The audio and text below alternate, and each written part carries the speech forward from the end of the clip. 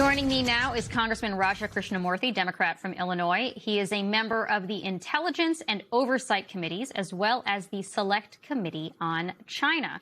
Congressman, I want to begin there with China. The president has supposedly just unveiled a massive plot by China to interfere in our elections.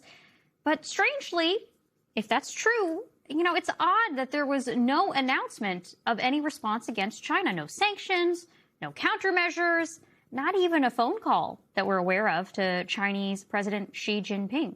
What do you make of that? That's right. I don't think he brought it up in the summit with his quote unquote great friend Xi Jinping either. Look, this is old news. Everyone knows that China had considered influence operations in the 2020 election, but there's absolutely no evidence. And President Trump did not even allege tonight that China either interfered in the casting of ballots or the tabulation of ballots or altered the outcome in any way. And so the net result is that Donald Trump lost the election fair and square. And, he's trying to change the narrative. But really what he's trying to do is also sow distrust in the 2026 elections and maybe even lay the predicate for actions to pull shenanigans and trying to interfere in the administration of those elections coming up. So the shenanigans point is exactly what I want to get to. I want to ask you about some exclusive new reporting we have at MS Now that more than 24 House Democrats gathered this week for a closed-door strategy session to game out how they would respond if President Donald Trump or his administration sought to interfere with this year's midterm elections. One hypothetical centered on Trump shutting down a polling place in a key Democratic city or county. Much of the Democrats' response strategy seems to be about being prepared to respond legally. My question for you is, will the courts actually be able to act quickly enough?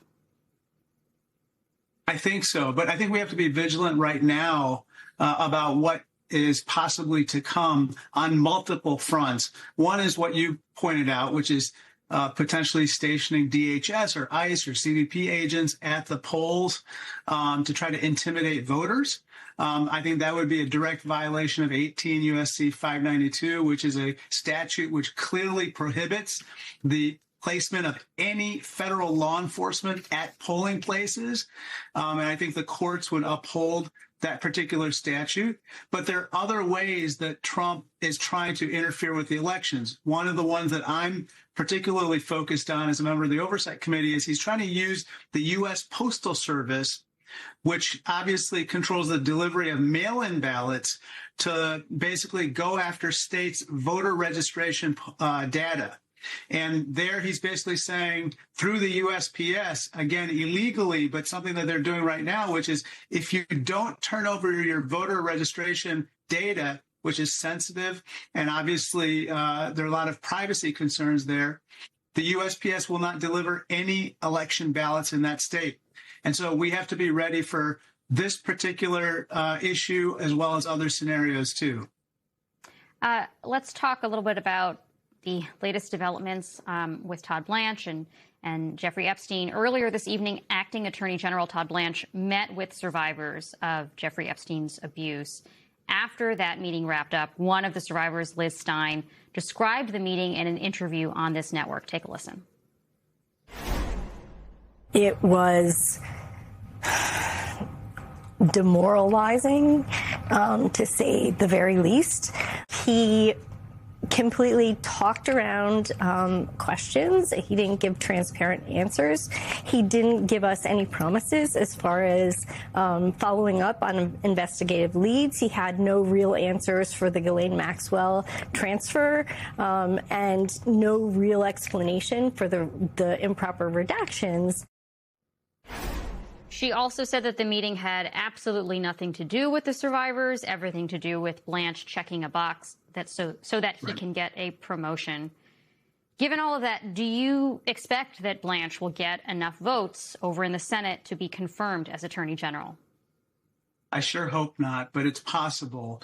I hope that Thom Tillis wasn't merely asking to have Todd Blanche check a box when he demanded that Todd Blanche meet with the survivors, that he actually address their questions. And as you can tell from Liz Stein's interview, he did not. Look, Todd Blanche is the, if you will, the commander in chief of the cover-up of the Epstein affair from the White House.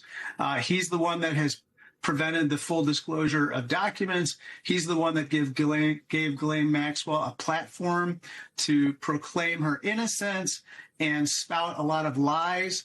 And he's also the one that said recently that he doesn't think that the Epstein affair or investigations into the Epstein situation are anything that should merit his attention in 2026.